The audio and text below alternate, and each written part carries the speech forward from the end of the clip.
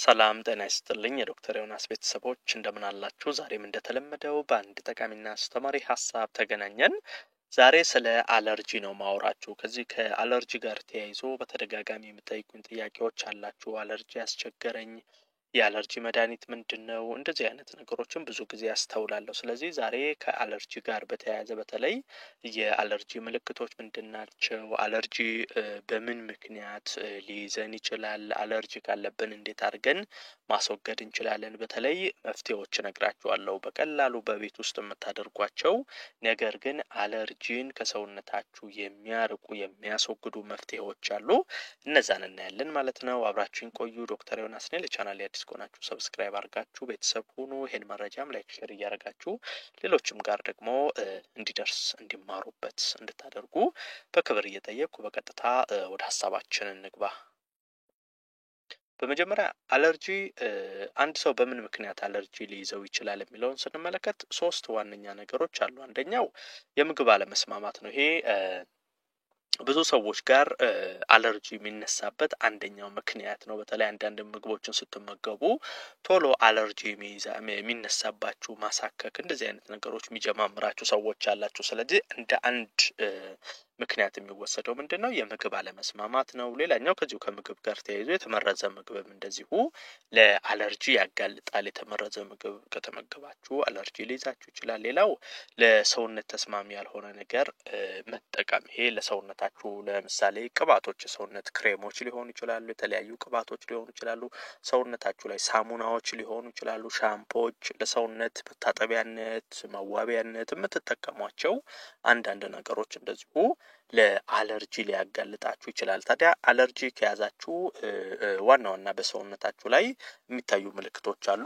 እነዚህ ምልክቶች ሰውነታችሁ ላይ ካለባችሁ አለርጂ እንዳለባችሁ አውቃችሁ ወደ መፍትሄው መሄድ ይኖርባችኋል።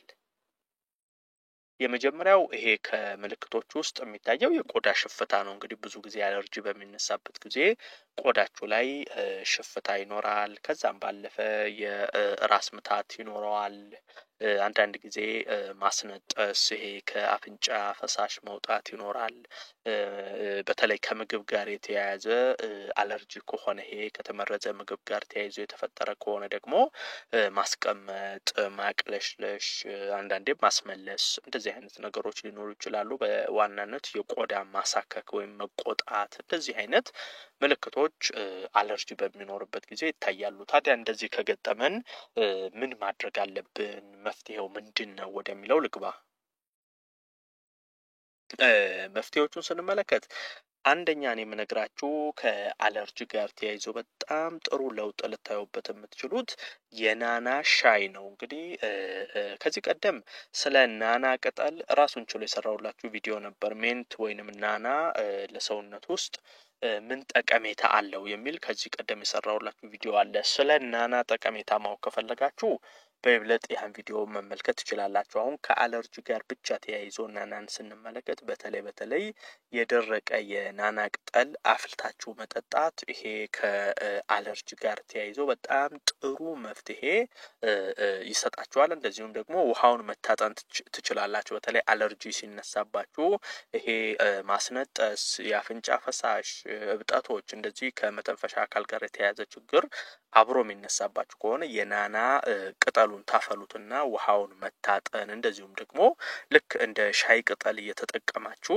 የናና ሻይ አፍልታችሁ መውሰድ። በአጠቃላይ ይሄ የናና ቅጠል ከሳይነስ ከዚህ ከአለርጂ ጋር ተያይዞ በጣም ጥሩ ፈውስ ይሆናችኋል። አንደኛ ይህን ብትጠቀሙ እመክራለሁ። ሁለተኛው ነገር ማር ነው።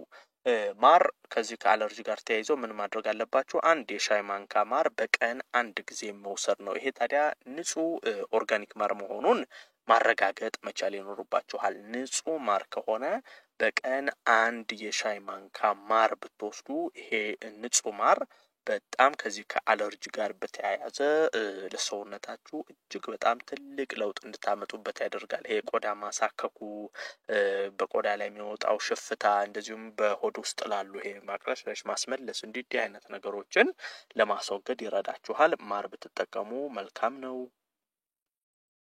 ሌላኛው ይሄ ከቆምጣጤ ጋር የተያያዙ ፍራፍሬዎችን መመገብ የቆምጣጤ ዘር ያላቸው ለምሳሌ ብርቱካን ሊሆን ይችላል፣ ሎሚ፣ አናናስ እንደዚህ አይነት ፍሩቶች ለአለርጂ በጣም ጥሩ ናቸው። ለአንጀታችሁ፣ ለሆዳችሁ፣ ለቆዳችሁ ከአለርጂ ጋር ተያይዞ ለሚነሱ ችግሮች በጣም መልካም ነው። በነገራችን ላይ እነዚህን ፈሳሹን ከማር ጋር ደባልቃችሁ መጠጣት ትችላላችሁ። ለምሳሌ ብርቱካን አርጋችሁ ብርቱካን በማር ቀደም የነገርኳችሁ ንጹህ ማር አንድ ማንካ አርጋችሁ ብርቱካን በማር መውሰድ፣ ሎሚ በማር መውሰድ፣ እንደዚህ አናናስ ጁስ እያዘጋጃችሁ በማር መውሰድ። እነዚህ የቆምጣጤ ዘር ያላቸው ፍራፍሬዎች ከዚህ ከአለርጂ ጋር ተያይዞ ጤናማ በሆነ መንገድ መፍትሄ ይሆናሉ። ሌላው የቀይ ሽንኩርት ውሃ ነው። በነገራችን ላይ ሽንኩርት እዚህ ጋር አዘገጃጀቱን በተለይ ለዚህ ለአለርጂ የሚሆናችሁ ምን ታደርጋላችሁ? ሽንኩርቱን ትከታትፉታላችሁ። ከዛ ለ10 ሰዓታት የሚሆን ውሃ ውስጥ ዘፍዝፋችሁ ይሄንን የከተፋችሁትን ሽንኩርት ታቆዩታላችሁ። ከዛ በኋላ ውሃውን መጠጣት ነው። ይሄን በደንብ እንደዚህ ካደረጋችሁ ትልቅ ለውጥ ታዩበታላችሁ። ለምሳሌ ጠዋት ከእንቅልፍ ስትነሱ ሽንኩርት ከታትፋችሁ በውሃ ዘፍዝፋችሁ ብታቆዩ ከ10-11 ሰዓት በኋላ ወደ ማታ አካባቢ ላይ ይሄንን ዘፍዝፋችሁ ያዋላችሁትን ውሃ መጠጣት። ይሄ የቀይ ሽንኩርት ውሃ አለርጂ በተለይ ቶሎ ቶሎ ለሚነሳባችሁ ሰዎች ቀስ እያለ ይሄ ችግር ከሰውነታችሁ እየተወገደ እንዲሄድ ትልቅ መፍትሄ ይሆናችኋል። ጤናማም ነገር ስለሆነ በሰውነታችሁ ስር የሚያመጣባችሁ ጉዳት አይኖርም ማለት ነው። ሌላው የአፕል ጭማቂ ነው። ይሄ በነገራችን ላይ የአፕል ጭማቂ ከዚህ ከአለርጂ ጋር ተያይዞ እጅግ በጣም ትልቅ ጥቅም አለው። እንደውም እዚህ ጋር ምን ማድረግ አለባችሁ? ለምሳሌ ግማሽ ብርጭቆ ውሃ ታዘጋጃላችሁ። እዛ ግማሽ ብርጭቆ ውሃ ላይ ግማሽ ብርጭቆ የአፕል ጭማቂ ትጨምራላችሁ። ከዛ ከቻላችሁ ትንሽ ሎሚ ብትጨምሩበት መልካም ነው። ትንሽ ሎሚ አርጋችሁ መጠጣት። እንደዚህ አይነት ነገሮችም ከዚህ ከአለርጂ ጋር ተያይዞ በጣም ጥሩ መፍትሄ ይሆናቸዋል። ግማሽ ብርጭቆ ውሃ፣ ግማሽ ብርጭቆ የአፕል ጭማቂ አርጋችሁ የተወሰነ ሎሚ ጠብ አርጋችሁበት አዋህዶ መጠጣት። ይሄም ከዚህ ከላይ ያየናቸው ምልክቶች ጋር ተያይዞ አለርጂው እየተወገደ እንዲሄድላችሁ ያደርጋል። ሌላው የጥቁር አዝሙድ ዘይት ነው። ይሄ በተለይ የጥቁር አዝሙድ ዘይት እዚህ ከአለርጂ ጋር ተያይዞ የሚጠቅማችሁ የዚህ የቆዳ ላይ ችግሮቹን ለማስወጣት በተለይ የቆዳ መቆጣት ካለ አሁን ማሳከክ፣ ማበጥ እንደዚህ አይነት ነገር ካለ እዛ ቦታ ላይ የጥቁር አዝሙድ ዘይቱን ብትቀቡት ይሃ ቶሎ እንዲጠፋ ያደርጋል። ይሄ መቆጣት እንደዚህ አይነት ነገሮች እንዲወገድላችሁ ያደርጋል። ይሄንንም መጠቀም ትችላላችሁ። የጥቁር አዝሙድ ዘይት ብቻ ሳይሆን የወይራ ዘይትም በተመሳሳይ ይሄን ግልጋሎት ይሰጣችኋል። በአለርጂ ምክንያት የተፈጠረ የቆዳ ላይ መቆጣትን የማጥፋት የማስታገስ አቅሙ ከፍተኛ ነው። ልክ እንደ ጥቁር አዝሙድ ዘይት ሁሉ የወይራ ዘይትም ለዚህ ግልጋሎት መጠቀም ትችላላችሁ። እነዚህ አሁን የነገርኳችሁን ነገሮች ብታደርጉ አለርጂን ከሰውነታችሁ ማስወገድ ትችላላችሁ። ከዛ ባለፈ ደግሞ ኖርማል አመጋገባችሁ ስር አለርጂን የሚከላከሉ ምግቦችን ማካተት አለባችሁ። ይሄ በቋሚነት ባኗኗራችሁ ስር ለምሳሌ